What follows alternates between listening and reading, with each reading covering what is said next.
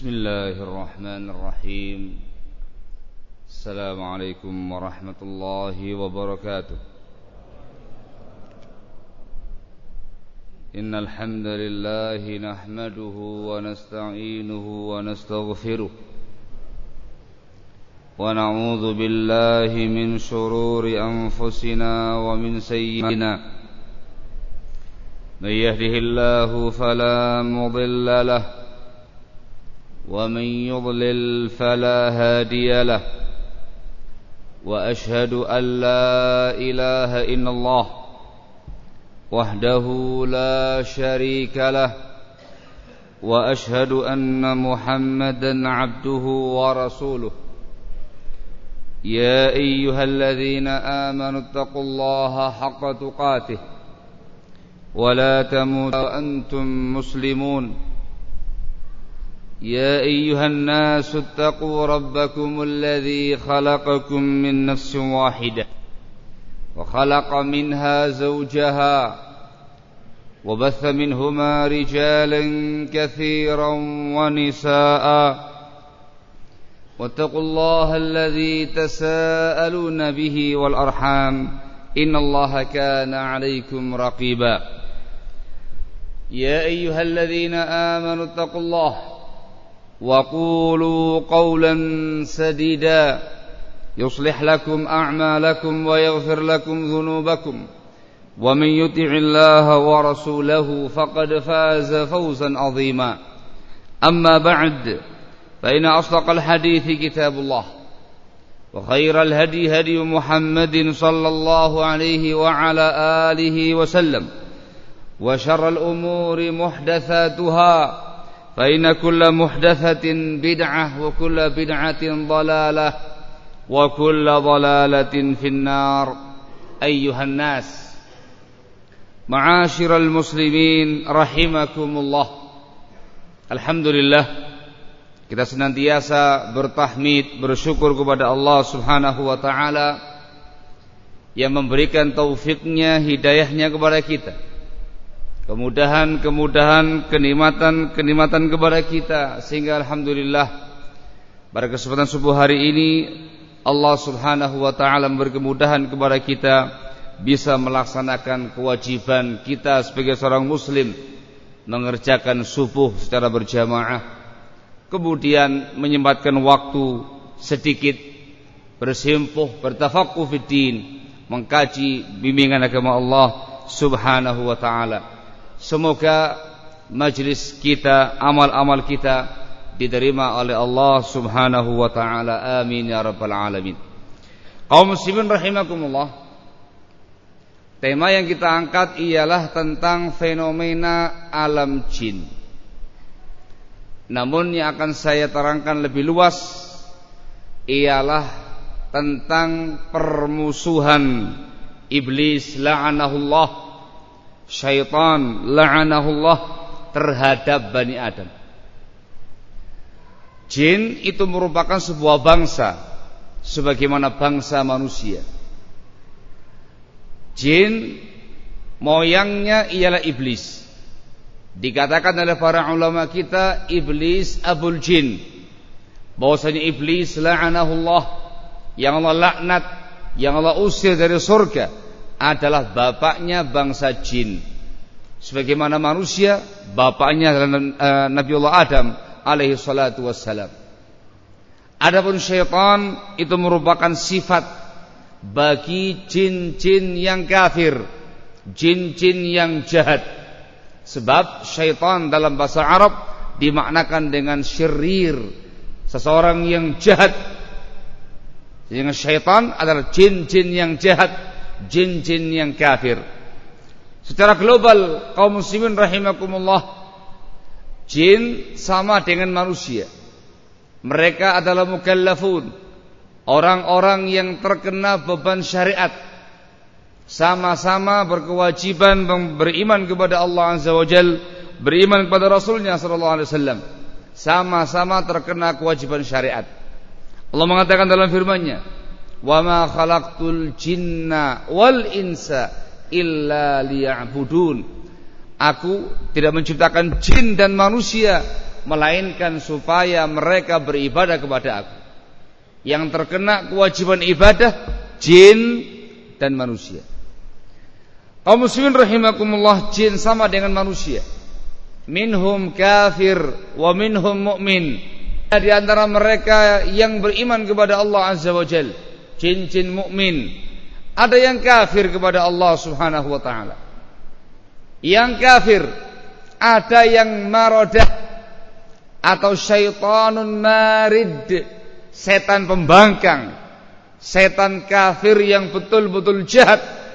Ada yang kafir yang biasa, sebagaimana umat manusia pada umumnya. Ada yang kafir ada yang jahat, ada yang biasa. Sementara yang muslim, di antara mereka ada yang saleh, ada yang bertakwa kepada Allah Subhanahu wa taala. Orang baik-baik, jin yang baik-baik. Ada pula di antara mereka jin-jin yang fasik, jin-jin yang zalim, jin-jin yang menyimpang, sebagaimana umat manusia. Allah mengatakan tentang mereka dalam surat Al-Jin, kunna tara'iqa qidada. Sesungguhnya kami bangsa jin ini bertariqat dengan tariqat yang beragam.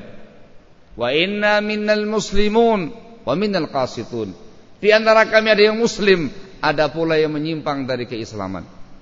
Sehingga kondisinya sama dengan bangsa manusia. Mereka pun juga hidup, beraktivitas sebagaimana manusia. Mereka berkembang biak, mereka makan, mereka minum sebagaimana biasanya.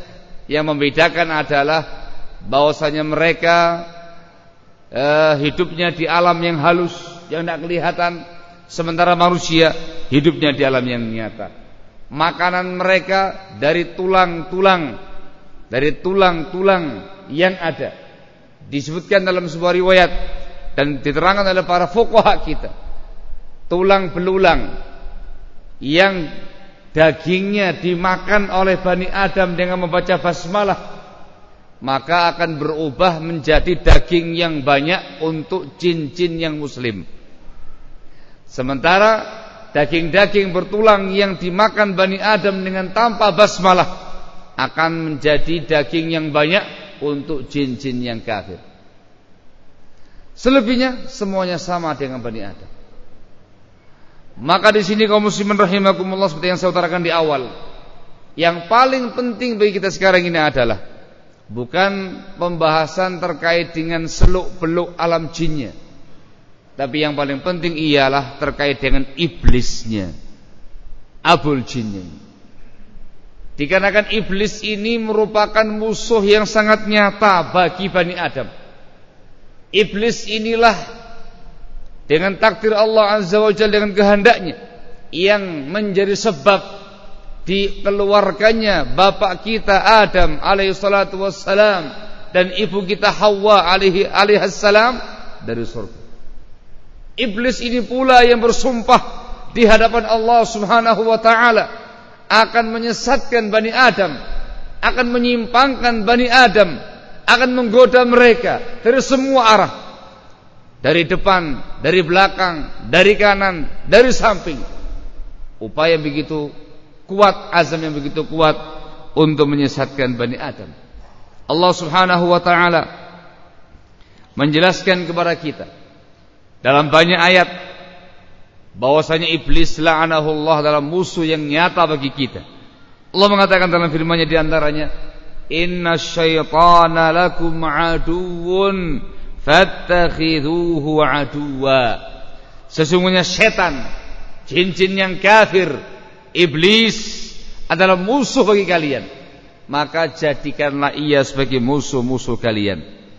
Juga Allah mengatakan dalam ayat yang lainnya lagi, wala tattabi'u khutuwatis syaitan innahu lakum aduwwum mubin.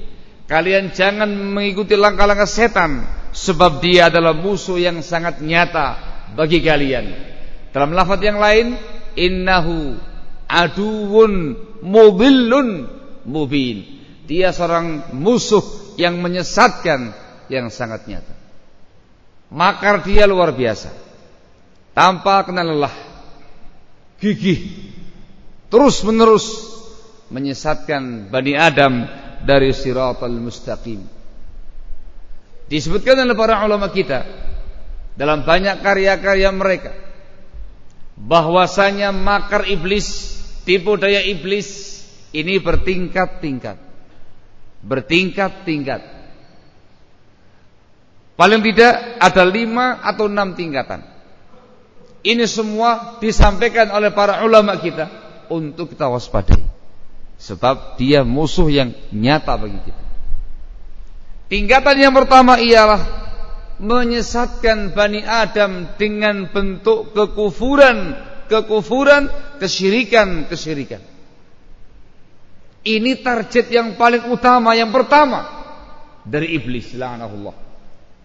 Mengkafirkan, memusyrikkan, memurtadkan Bani Adam. Upaya yang begitu kuat untuk menjadikan Bani Adam sebagai makhluk Allah yang kafir, makhluk Allah yang musyrik. Kalau di Islam sebelumnya, makhluk Allah yang murtad dari keislamannya.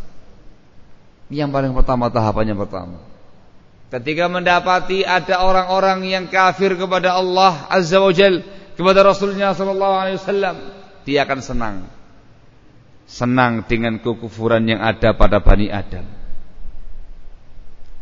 Tapi ketika ada seorang anak Adam tidak mau kafir kepada Allah, dia punya iman, dia punya akidah, dia punya Islam, mengucapkan 2 kalimat syahadatain sebagai tanda keislaman dia, atau dia hidup di tengah-tengah kaum muslimin, maka setan pun menurunkan lagi makar yang berikutnya.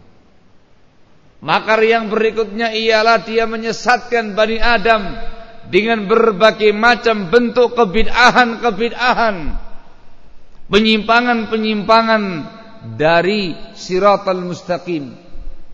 Baik itu kebid'ahan dalam perkara akidah, penyimpangan akidah, atau kebid'ahan dalam perkara ideologi, menjadikan Bani Adam memiliki pemahaman yang radikal, pemahaman yang ekstrim, pemahaman yang sangat menyimpang, atau terkait dengan amaliyah mereka, ritual ibadah mereka, dibikin semangat beribadah namun dibelokkan dengan cara-cara yang menyimpang, atau lafadznya, atau apapun bentuknya dari penyimpangan bid'ah.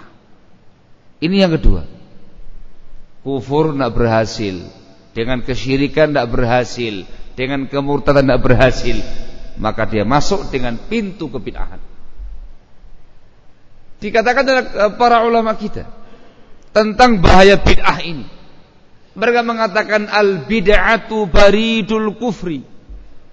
Yang namanya kebid'ahan itu pos menuju kekufuran.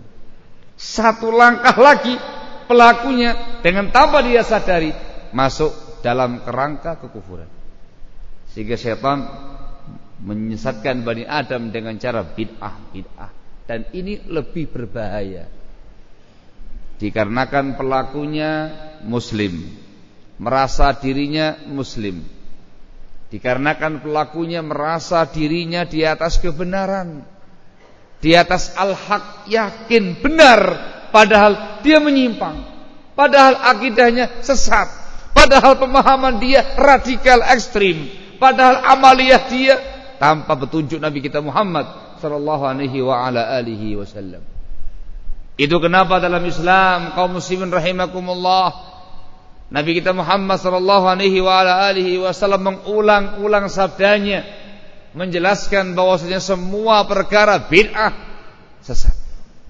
Dalam khutbatul hajah, setiap kali beliau berkhutbah, menyampaikan taklim, menyampaikan muhadarah, menyampaikan nasihat, selalu menggunakan kalimat wa iyyakum wa muhdatsatil umur fa inna kulla bid'atin dhalalah.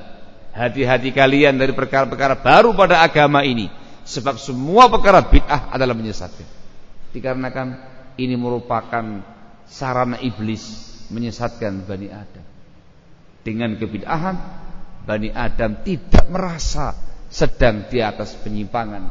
Tanpa dia sadari, sedikit demi sedikit bergeser dari keimanannya menuju kepada kekufuran. Maka waspadai semua jenis kebid'ahan dalam perkara agama.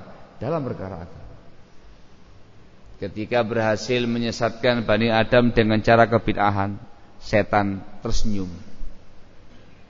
Mau milih terserahlah, mau kafir bagus, mau musyrik afdal, mau murtad bagus. Tidak bisa, bid'ah juga boleh. Jadi ahli bid'ah juga boleh, dikarenakan sama-sama menyesatkan dan menyimpang. Tapi ketika mendapati ada seorang anak Adam yang kuat keislamannya, yang kokoh keimanannya, betul-betul selektif dalam beribadah kepada Allah Azza wa Jalla, akidahnya dia luruskan, pemahaman dia dibersihkan dari berbagai macam ideologi yang radikal, yang ekstrim, amaliyah dia, ucapan dia, ibadah dia disesuaikan dengan petunjuk Nabi kita Muhammad SAW, maka iblis menggunakan cara berikutnya. Tidak tinggal diam. Cara yang berikutnya ialah dia diiming-imingi dengan yang namanya al-kabair. Dosa-dosa, kemaksiatan yang termasuk dosa besar. Namanya al-kabair, kabirah atau kabair, dosa-dosa besar. Tidak suka dengan perkara bid'ah, dikasih yang namanya perkara kemaksiatan.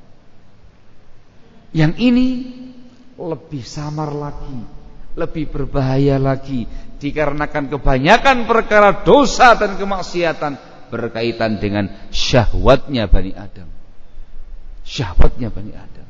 Dari mulai perzinaan, minum-minuman keras, baik itu narkoba dan yang lain-lainnya, pembunuhan, kemudian dosa riba dan yang lain-lainnya. Terlalu banyak dosa-dosa besar, durhaka kepada orang tua. Ini semuanya ditebarkan oleh mereka, oleh iblis ini. Ditanamkan di tengah-tengah Bani Adam yang punya iman tadi berbagai macam bentuk dosa-dosa besar yang sesuai dengan syahwatnya dia. Pintunya adalah kelezatan dan kenikmatan dunia. Kenikmatan dunia. Orang minum minuman keras dikarenakan dia ingin bersenang-senang dengan dunianya. Orang jatuh dalam dunia hitam perzinaan dikarenakan dia ingin bersenang-senang dengan dunianya. Dia membunuh, seringkalinya faktor ekonomi. Dan sekian banyak dosa-dosa yang lainnya. Itu semuanya dikarenakan yang satu ini. Pintunya adalah urusan dunia. Lebih mengerikan. Dan ini semuanya menghancurkan. Dalam Islam kaum muslimin rahimakumullah, yang namanya dosa besar itu dikatakan sebagai mubiqat, ay muhlikat, yang menghancurkan. Nabi kita Muhammad SAW mengatakan dalam sabdanya dalam Bukhari Muslim dari sahabat Abu Hurairah radhiyallahu taala anhu wa ardhah, kata Rasulullah sallallahu alaihi wasallam, ijtanibu as-sab'al mubiqat. Hendaklah kalian menjauhi 7 perkara yang mubiqat, yakni muhlikat, yang menghancurkan. Ini semuanya dosa besar, enggak ada yang kecil. Nabi kita Muhammad menyebutnya dengan kata-kata mubiqat, menghancurkan. Yakni kata para ulama kita, menghancurkan agama seseorang, menghancurkan akidah seseorang, menghancurkan akhlak, adab seseorang. Yang beliau sebutkan kesyirikan, dosa sihir, durhaka kepada orang tua, dosa riba, memakan harta anak yatim, menuduh wanita baik-baik dengan tuduhan-tuduhan zina dan semisal. Ini semuanya kabair, dan itu ada di tengah-tengah kita, di sekitar kita. Fenomena dosa dan kemaksiatan di tengah-tengah kita. Ketika ada seseorang yang kokoh agamanya, disodori yang namanya kebid'ahan, nolak dia. Maaf, saya muslim yang kuat. Tapi ketika disodori yang namanya kemaksiatan, kelepek-kelepek. Tidak bisa menahan nafsu, tidak bisa menahan syahwat. Dosa ini enggak mempan, dosa berikutnya, dosa berikutnya, dosa berikutnya, dosa berikutnya, dosa berikutnya. Ragamnya banyak. Terutama fitnah dunia, fitnah wanita, dan fitnah harta. Fitnah dunia bentuknya wanita dan harta benda dan tahta. Nabi kita Muhammad SAW dalam sebuah hadis yang diriwayatkan Imam Ahmad dalam musnadnya, At-Tirmidzi dalam sunannya, dari sahabat Ka'ab bin Malik di antaranya. Nabi kita Muhammad SAW menggambarkan tentang bahaya ketika seseorang itu memiliki ambisi harta dan tahta.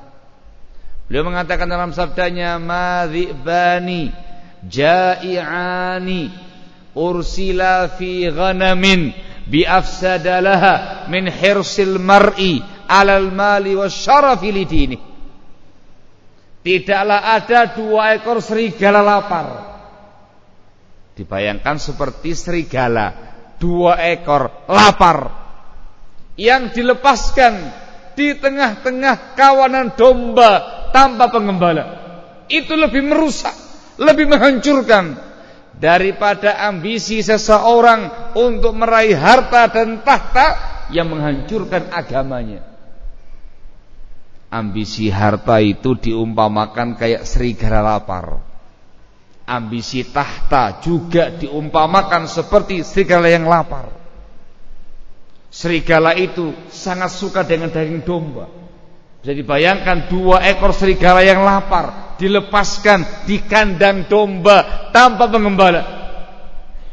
Yang tergambar kondisinya akan sangat mengerikan, akan dicabik-cabik, akan dimakan, dihabisi oleh 2 ekor serigala tadi. Ambisi harta, ambisi tahta, demikian keadaannya. Kalau serigala menghancurkan jasadnya domba, tapi kalau ambisi harta dan tahta menghancurkan agama.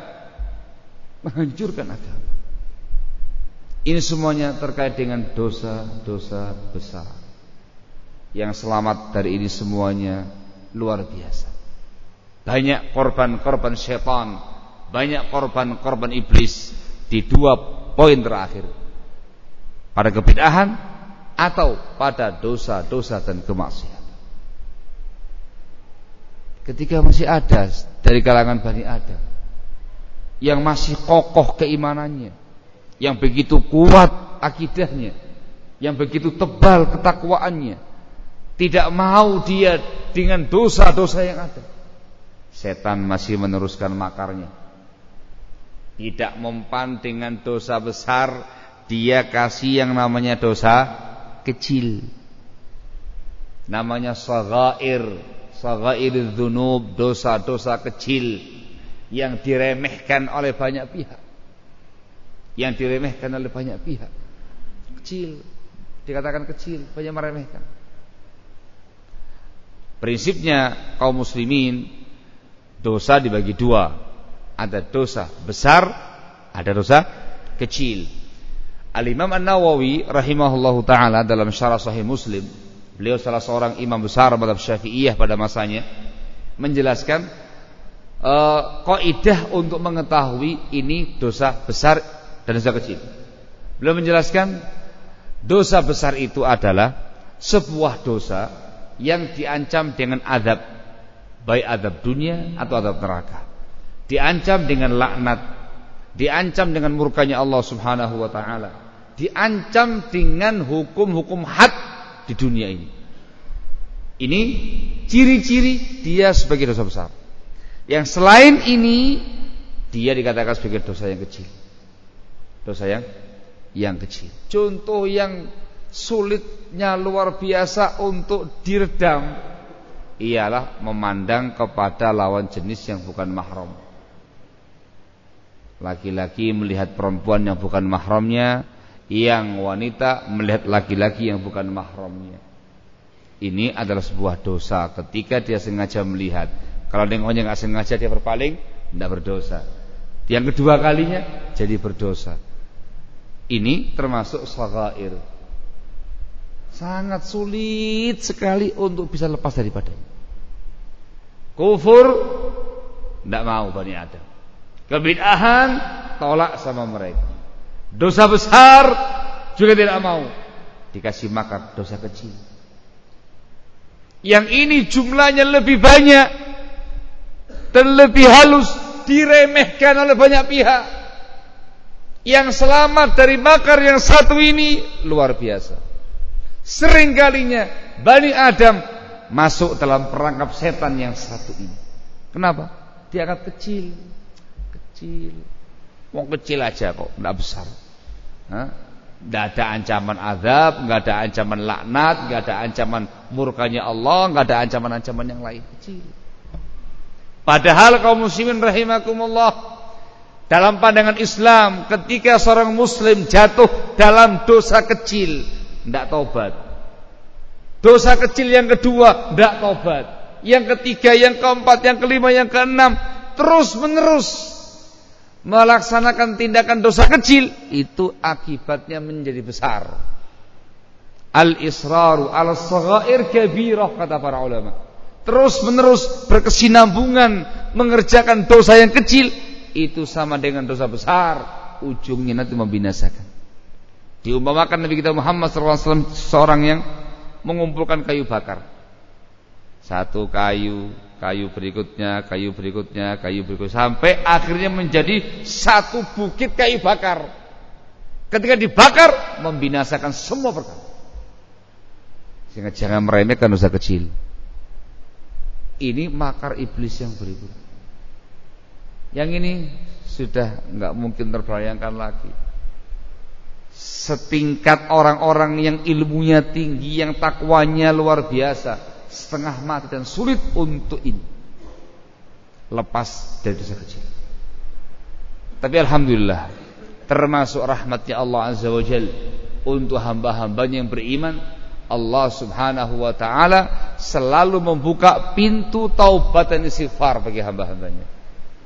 Ini senjatanya Bani Adam. Sudah tidak mungkin terelakkan dari makar-makar tadi.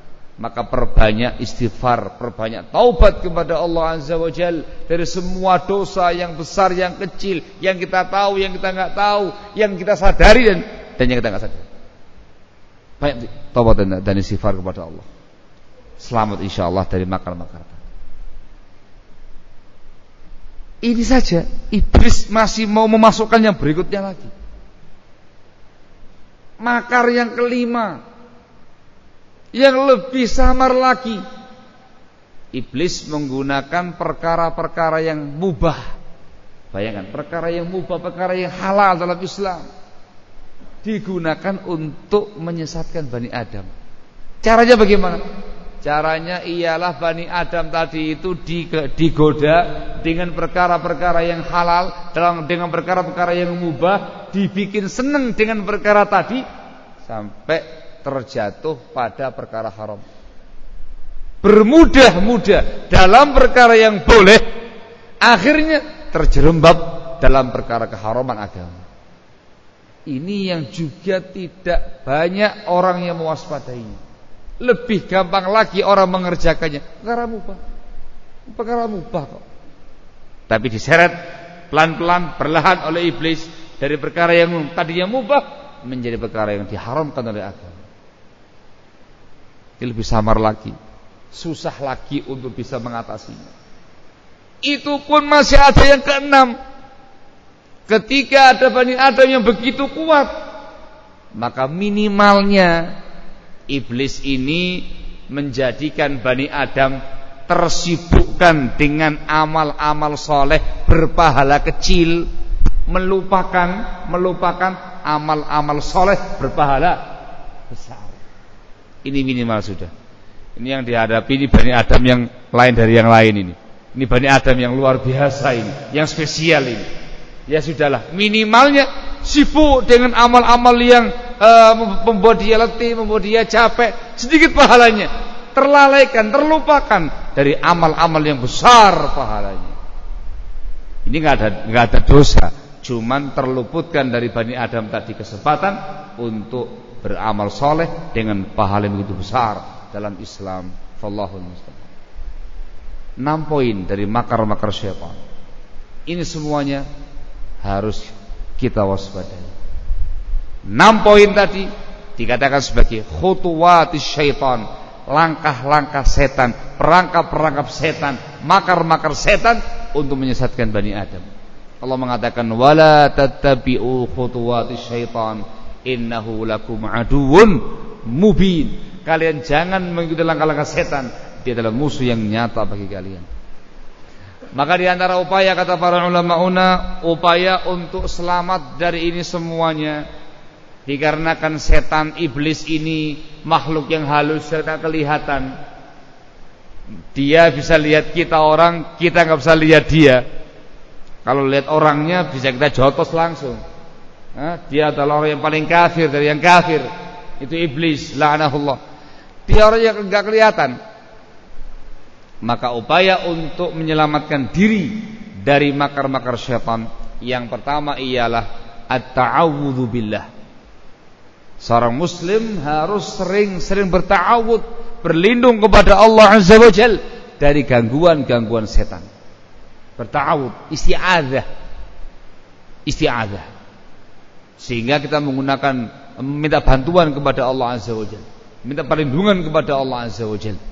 Isti'adzah billah. Yang kedua, dengan memperbanyak zikir. Berzikir kepada Allah Tabaraka wa Ta'ala dengan zikir-zikir yang dibimbingkan, dicontohkan Nabi kita Muhammad sallallahu alaihi wasallam. Zikir ini dalam Islam diumpamakan seperti sebuah benteng yang begitu kuat. Benteng yang begitu kuat yang membuat iblis atau syaitan tidak bisa menggoda Bani Adam. Perbanyak zikir. Zikir pagi dan petang, zikir setelah sholat, masuk keluar masjid dan segala macamnya. Setiap harinya, dari mulai bangun tidur sampai tidur kembali, Islam memberikan bimbingan kepada kaum muslimin untuk berzikir kepada Allah Azza wa Jalla. Zikrullah.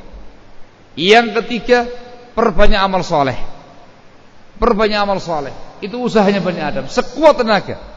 Sekuat tenaga. Dan mohon bantuan kepada Allah Azza wa Jalla. Semoga Allah senantiasa memberikan taufiknya, hidayah kepada kita semua, sehingga diberi kemudahan-kemudahan untuk mengerjakan amal yang saleh. Dan yang keempat, perbanyak taubat dan istighfar. Ini harus. Musuhnya terlalu kuat, kita terlalu lemah, sehingga manfaatkan sebaik-baiknya kesempatan rahmat dari Allah Azza wa Jalla. Allah membuka pintu taubat untuk Bani Adam seluas-luasnya. Maka sering-seringlah bertaubat kepada Allah Azza wa Jalla, beristighfar kepada Allah Azza wa Jalla dari semua dosa, yang besar, yang kecil, yang tahu, yang enggak tahu, sadar, enggak sadar, merasa enggak merasa, semuanya. Sehingga ketika terjatuh dalam perkara dosa dan kemaksiatan, Allah mengampuni semua dosa-dosa kita. Sehingga membuat setan atau iblis bersedih hati, pedih jiwa dia mendapati Bani Adam bertobat kepada Allah Azza wa Jalla. Dan jangan sampai lalai dari Allah Azza wa Jalla. Terus ingat kepada Allah Azza wa Jalla dalam semua kesempatan, dalam aktivitas kita. Ingat selalu kepada Allah Azza wa Jalla, jangan sampai lupa. Namanya adamul ghaflah. Jangan sampai hati kita kosong, jangan sampai pikiran kita kosong, jangan sampai lalai dari Allah Azza wa Jalla. Ingat selalu kepada Allah Subhanahu wa ta'ala, dan terus diri dengan doa kepada Allah Azza wa Jalla. Semoga Allah Subhanahu wa ta'ala memberikan taufiknya kepada kita semua, hidayahnya kepada kita semua, supaya terus di atas jalan yang lurus, dan berdoa kepada Allah Azza wa Jalla. Semoga Allah Azza wa Jalla menyelamatkan kita semua dari makar-makar syaitan, dari makar-makar iblis. Itu upaya kita sebagai Bani Adam. Semuanya kembali kepada Allah Azza wa Jalla, dan mohon pertolongannya kepada Allah Azza wa Jalla untuk menghadapi musuh yang tidak kelihatan tadi. Semoga apa yang disampaikan pada kesempatan subuh hari ini bisa memberikan semangat untuk kita semuanya. Semangat beribadah kepada Allah, semangat menambah iman, semangat mendapat takwa kepada Allah Azza wa Jalla, dan semangat meningkatkan kewaspadaan dari makar-makar syaitan, dari tipu daya iblis. Semoga Allah Subhanahu wa taala menyelamatkan semuanya dari makar-makar syaitan. Amin ya rabbal alamin. Walhamdulillahi rabbil alamin. Pertanyaan Pak?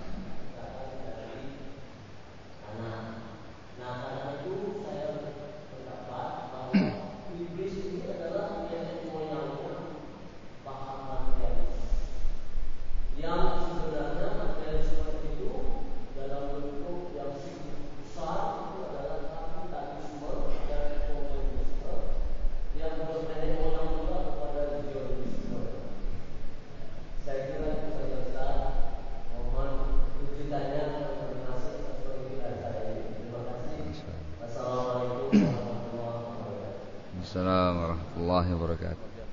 Iya Pak, nggak lupa Pak. Masya Allah.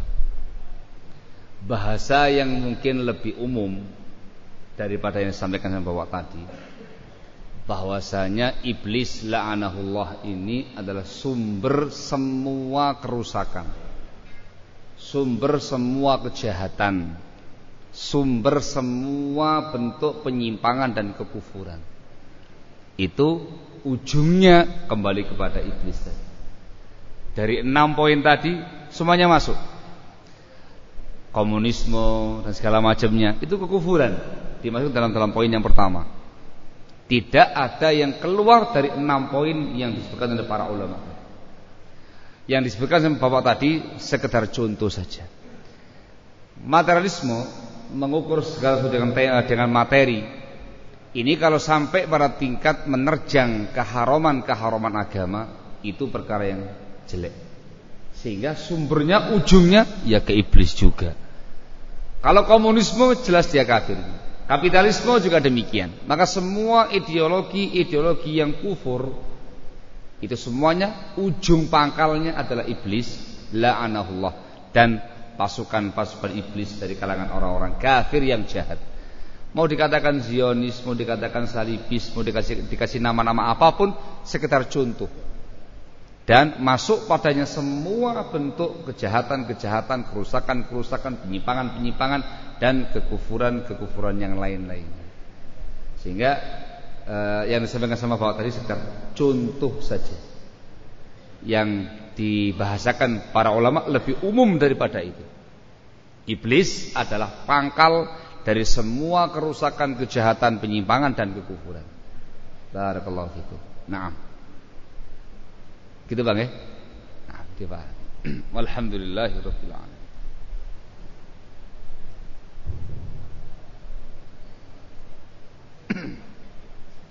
Bismillahirrahmanirrahim. Assalamualaikum warahmatullahi wabarakatuh. Di beberapa tempat pada saat kita sholat Jumat terjadi salah pemahaman daripada jamaah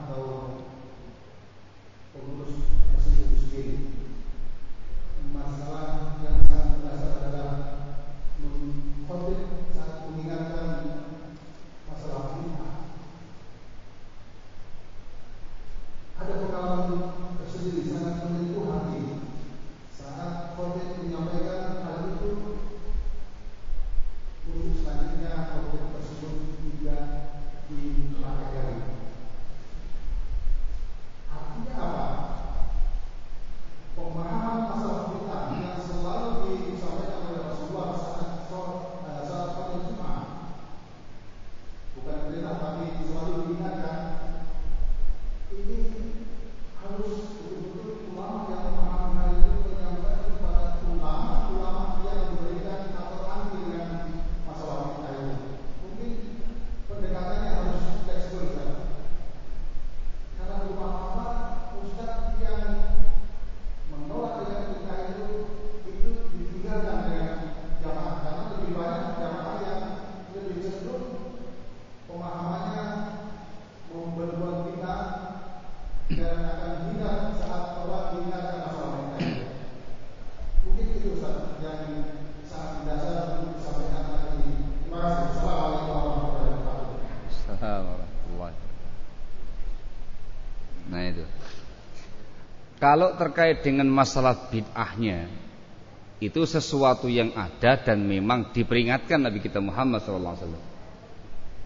Seorang muslim tidak mungkin mengingkari wujudnya bid'ah. Itu perkara yang ada, Rasulnya mengingatkan.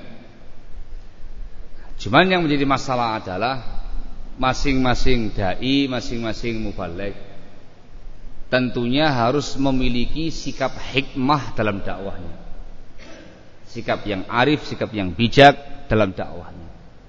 Betul memang dalam Islam diperingatkan betul akan bahaya bid'ah, tetapi tidak kemudian seorang dai tadi itu sedikit-sedikit bid'ah, sedikit-sedikit bid'ah, sedikit-sedikit bid'ah. Ada waktunya, ada makomnya, ada kesempatannya. Ini yang mungkin penting disampaikan kepada para mubaligh dan para dai. Bisa jadi yang dicontohkan sama bawa tadi, seseorang yang sang ustaz tadi itu semangat menyampaikan tentang masalah peringatan dari bahaya bid'ah, tiba-tiba nggak dipakai lagi sama yang lainnya. Mungkin terlalu vulgar, atau mungkin terlalu keras, atau mungkin belum menjelaskan lebih rinci, lebih detail terkait dengan apa itu bid'ah yang dilarang, tapi sudah lebih dahulu sering mengucapkan atau mengklaim atau menghukumi dengan yang namanya kata-kata bid'ah. Ini mungkin yang perlu diingatkan untuk kita semuanya.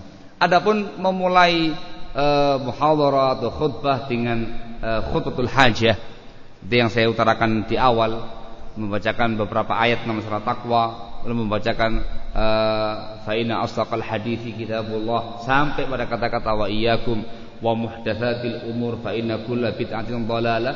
Ini contohnya Rasulullah sallallahu alaihi wasallam disampaikan, bukan berarti kemudian setelah itu diulang-ulang lagi kata-kata bid'ah bid'ah bid'ah bid'ah bid'ah bid'ah. Enggak. Itu sebagai muqaddimah sebuah muhadharah untuk diingat baik-baik. Kewajiban kita ittiba'us sunnah, mengikuti sunnah Nabi kita Muhammad SAW dan mewaspadai perkara bid'ah. Adapun terkait dengan mengingatkan umat Islam dari bahaya bid'ah, ada makom tersendiri, ada cara tersendiri, dan sang dai harus arif dan bijak. Ini yang mungkin perlu diingatkan. Jadi bukan berarti mengingkari wujudnya bid'ah, bukan berarti kita mengatakan bid'ah perkara yang benar, tapi mungkin caranya yang perlu diluruskan oleh segenap para dai dan para mubaligh. Barakallahu fikum. Ya memang di banyak kesempatan kita mendapati sebagian dai-dai kita, sebagai mubaligh kita mungkin terlalu vulgar dalam perkara seperti ini. Makom yang dihadapi umumnya kaum muslimin, bahkan mungkin banyak umat Islam yang fobi dengan kata-kata ini, tapi dia terus begitu berulang-ulang dikit-dikit bid'ah, bid'ah, bid'ah, bid'ah, bid'ah, bid'ah, sehingga membuat atau memancing amarahnya masyarakat dan segala macamnya, sehingga dakwah dia dicekal. Wallahu taala alam bisawab. Yang kita luruskan adalah seorang dai, seorang mubaligh harus memiliki sikap yang arif, sikap yang bijak terkait dengan bab tadi. Ada waktunya, ada tempatnya, ada makomnya, untuk menjelaskan tentang masalah bid'ah atau memperingatkan umat dari bahaya bid'ah. Barakallahu fikum. Wallahu taala a'lam bishawab. Semoga saya tadi enggak banyak mengatakan kata-kata bid'ah ini. Sedikit tadi ya. Nah, tapi saya sebutkan secara global terkait bahwasanya itu merupakan cara setan menyesatkan Bani Adam. Barakallahu fikum. Wallahu taala a'lamu bishawab. Salam.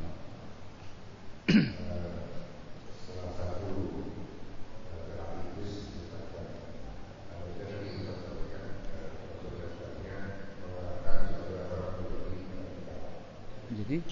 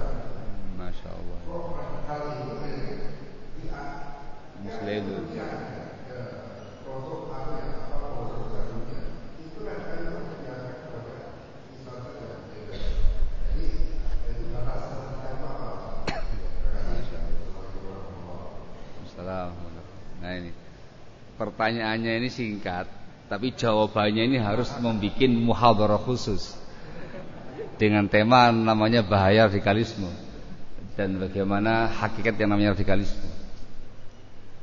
Gimana Pak? Iya. Jawabannya tergantung pandangan siapa. Apa itu radikalisme tergantung siapa yang memandang. Kita sebagai umat Islam tentu memandang makna radikalisme dengan pandangan Islam, bukan dengan pandangan secara umum. Gitu ya, dengan pandangan Islam. Bagaimana Al-Quran Al-Karim, bagaimana Nabi kita Muhammad SAW dalam sunnah-sunnahnya memandang masalah ini. Radikalisme itu kan sebuah pemahaman yang mengandung unsur-unsur kekerasan yang dipaksakan masuk kepada masyarakat. Sesuatu yang sesungguhnya semua pihak menyepakati perkara yang jelek. Dalam pandangan Islam, ketentuannya, kaidahnya, radikalisme itu segala sesuatu yang berseberangan dengan bimbingan Islam. Itu singkatnya.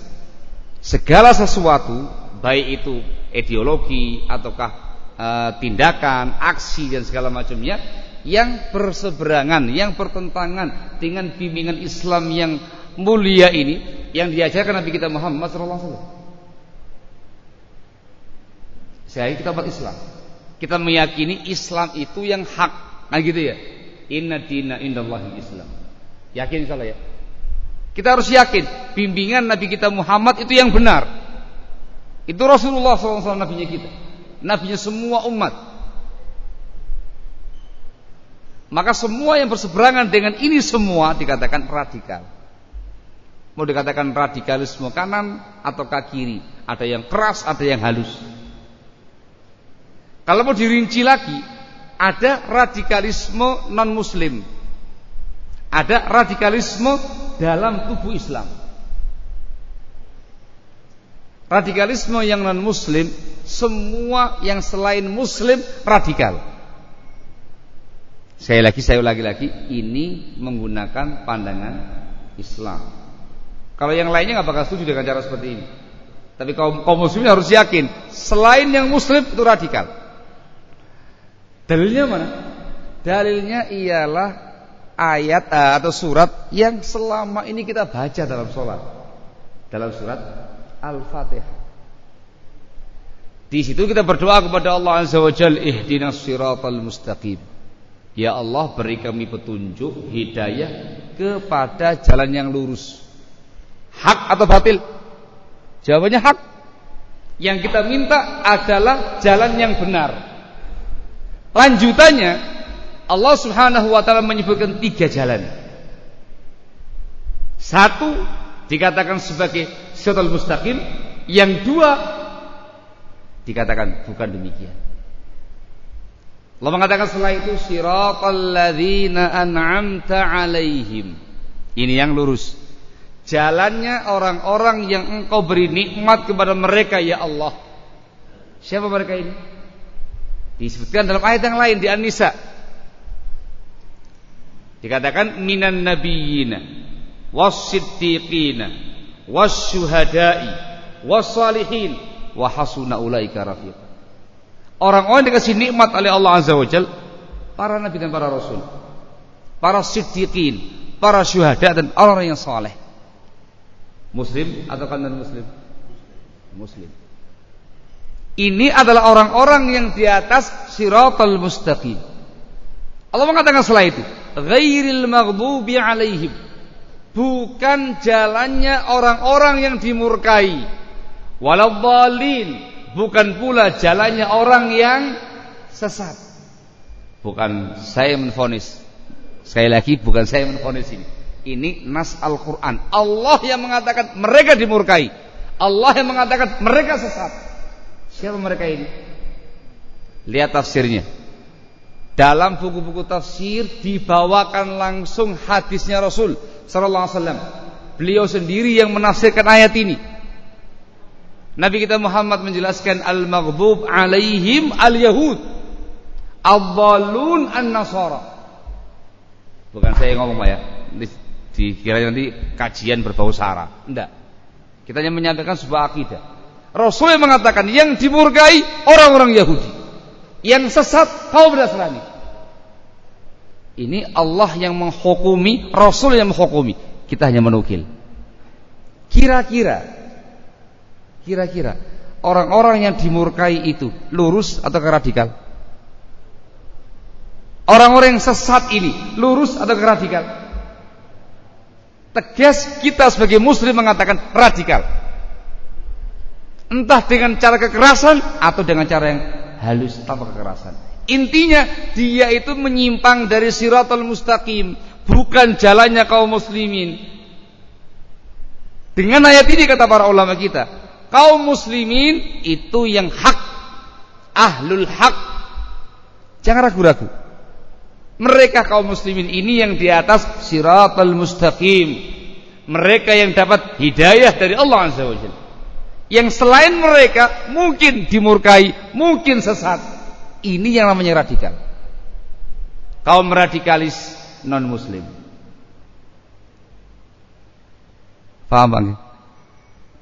Tapi jangan lupa ya Pak, kita juga tidak bisa memungkiri di dalam tubuh kaum muslimin sendiri, mereka muslim bukan kafir, dalam tubuhnya kaum muslimin sendiri, pada mereka juga terdapat berbagai macam paham-paham radikalisme.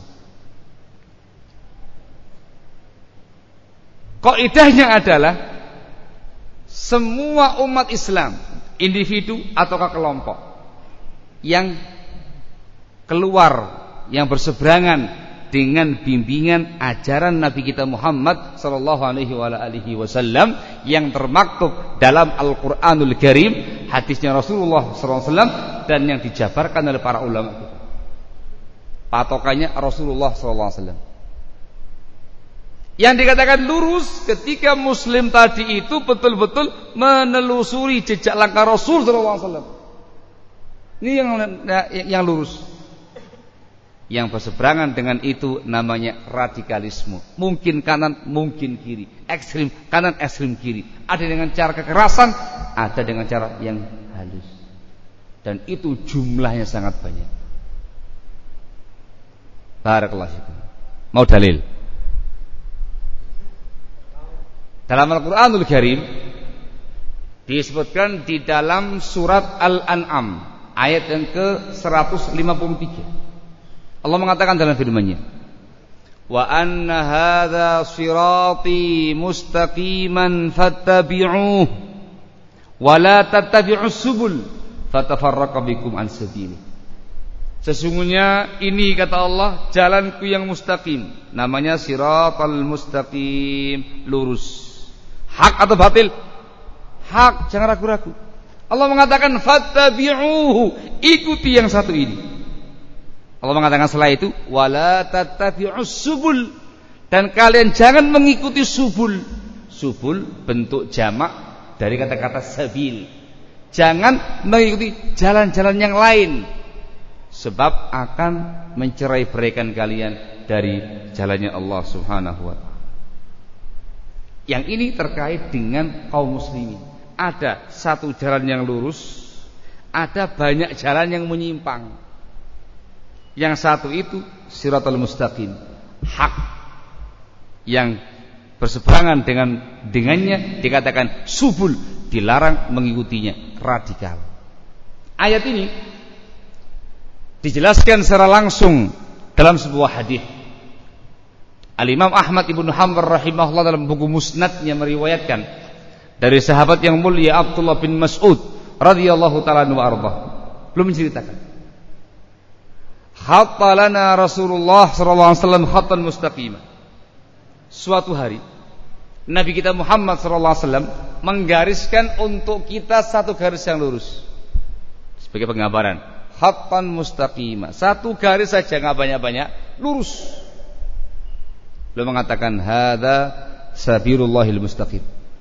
Ini adalah gambaran jalan Allah yang lurus. Thumma khatta an yaminihi khututa wa an shimalihi khututa. Lalu beliau membuat garis-garis di sebelah kanannya dan sebelah kirinya yang cukup banyak. Garis-garis sebelah kanan, garis-garis sebelah kiri. Beliau mengatakan wa hadhihi subul, yang ke arah kanan, yang ke arah kiri, inilah yang namanya subul dalam ayat di atas. Beliau mengatakan setelah itu wa ala ra'si kulli sabilin minha syaitanun yad'u ilaih. Di penghujung masing-masing jalan tadi, yang arah kanan, yang arah kiri, ada setannya. Setan yang mengajak umat manusia masuk di dalamnya. Ini kira-kira jalan yang lurus atau yang menyimpang nih Pak? Ini adalah jalan setan. Dikatakan ahlul haq atau radikal? Radikal setan. Kemudian belum bacakan ayat ini. Ayat yang saya bacakan di atas, wa anna hadza sirati mustaqiman fattabi'uhu wa la tattabi'us subul fatafarraqa bikum an sabili. Gamblang. Diperjelas lagi dengan berita Nabi kita Muhammad sallallahu alaihi wasallam ketika memberitakan tentang kondisi umatnya yang terpecah belah, pecah berkeping-keping, semua diancam dengan neraka kecuali satu. Yang satu ini yang sesuai dengan Nabi kita Muhammad sallallahu alaihi wasallam. Hadisnya sahih. Beliau mengatakan wasataftariqu ummati ala 73 firqatan kulluha finnar illa wahidah. Beliau mengatakan ketika ditanyakan tentang yang satu itu, beliau mengatakan ma ana alaihil yauma wa ashabi. Umatku akan terpecah. Ini bukan umat yang kafir, umat yang muslim. Kaum muslimin umatku terpecah menjadi 73 kelompok. Beliau mengatakan kulluha finnar. Yang ngomong bukan saya Pak ya. Sekali lagi bukan saya ini. Rasul yang mengatakan kulluha finnar, semua di neraka tempatnya. Rasul yang mengancam. Di neraka itu lurus atau menyimpang? Hak atau batil? Batil. Illa wahidah, kecuali satu yang tidak. Siapa ya Rasulullah? Beliau mengatakan ma ana alaihil yaum wa ashabi. Siapa saja. Berarti enggak boleh mengaku aku, enggak boleh mengkapling ini. Siapa saja yang berada di atas bimbinganku dan bimbingan para sahabatku pada hari ini. Itu penyebutan sebuah sifat, bukan sebuah kelompok. Sehingga semua umat Islam berhak untuk ke arah sini dan berkewajiban ke arah sini. Siapapun dari kalangan kaum muslimin yang menelusuri jejak langkah Rasul dan para sahabatnya, ini yang selamat. Ini yang masih di atas siratal mustaqim. Yang 72 lainnya yang diancam dengan neraka, itulah yang ada yang belok kanan, ada yang belok kiri yang namanya subul tadi. Inilah yang dikatakan kaum radikalis dalam tubuh Islam. Ketentuannya adalah siapa saja dari kalangan kaum muslimin yang akidahnya, ideologinya, pemahamannya bertentangan dengan Shiratal Mustaqim yang diajarkan Nabi kita Muhammad SAW, dialah muslim radikalis. Tidak kafir, lain Pak ya. Dia masih muslim, cuman dia menyimpang. Kalau sebelumnya radikal, kafir, sebab non muslim. Ini dengan pandangan Al-Quranul Karim dan sunnah Nabi kita Muhammad SAW. Ini kalau disampaikan kepada semua kalangan nggak ada yang setuju. Loh, Nabi Isa, berarti kamu nuduh saya radikal? Ya gimana lagi? Itu pandangan Islam. Nah itu dia. Ya, sekarang ini kan ketika ada orang yang berislam dengan benar, radikal. Terbalik, bukan radikal. Dia adalah orang yang kokoh keislamannya. Gitu ya, orang yang kokoh keislamannya. Nah itu dia. Ya tadi tergantung pandangannya siapa tadi. Ketika ada seorang yang betul-betul berusaha untuk satu persatu mengamalkan Islam yang benar, radikal. Bukan radikal. Dia ini orang yang berusaha kuat untuk menelusuri Shiratal Mustaqim. Maka saya katakan di awal, ya tergantung pandangan siapa. Tapi bagaimanapun juga sebagai umat Islam ya harus memandangnya dengan pandangan Islam. Sehingga di sini ada semacam anjuran, bukan klaim, bukan coupling ini. Ya, ada semacam anjuran supaya selamat dari radikalisme. Masing-masing kita harus berusaha sekuat tenaga masuk Islam, jangan non Muslim. Ketika berislam, berusaha sekuat tenaga, satu persatu, dikit demi sedikit kita berislam sesuai dengan bimbingan Nabi kita Muhammad sallallahu alaihi wasallam. Kewajiban kita masing-masing dan hasungan kita kepada semua pihak. Bukan untuk diaku, bukan untuk diklaim, bukan untuk dikapling. Barakallahu fikum. Semoga dipahami dengan baik. Umat Islam demikian cara pandangnya. Yang lain yang nggak setuju ya silakan. Itu sih masing-masing. Tapi kami sebagai kaum muslimin, ini pandangan kami tentang radikalisme. Barakallahu fikum. Wallahu taala a'lam bissawab. Masya Allah. Cukup Pak? Ada lagi? Masya Allah. Itu jam 6 lebih 10 Pak. Masya Allah.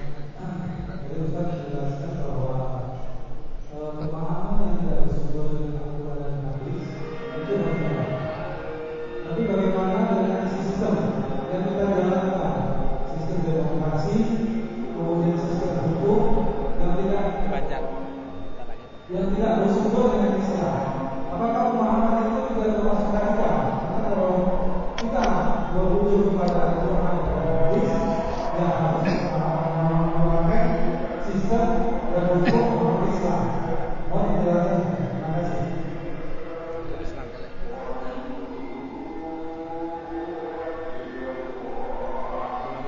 Iya.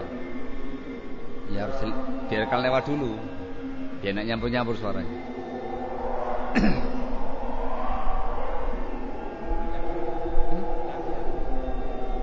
Oh, yang penting kita hentikan saja.